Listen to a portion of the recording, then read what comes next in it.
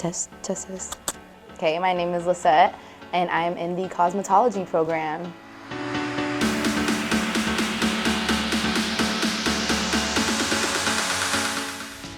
Okay, so what brought me to Boca Beauty Academy was really trying to clear up my schedule, trying to make time and work for myself and not have to work for others.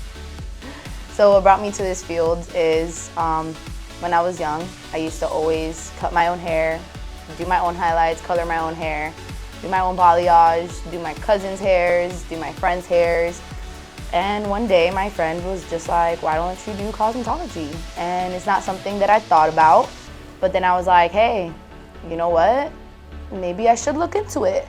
And that's when I searched and I Googled around and I found BBA and I came for the interview and I was like, okay, I'm doing this. And I just got into it. So I'm due to graduate at the end of the year and my plan is to kind of make my own income from this, eventually leave my job that I'm at now and mainly focus on cosmetology so I can go back to school. I came here, having to stop school, like college, university, because at the end of the day, work really doesn't care about your school schedule, and I do want to get my master's, but I do need the income to do that, and this is what BBA is going to bring for me. So BBA has become a family. We're a group of girls here.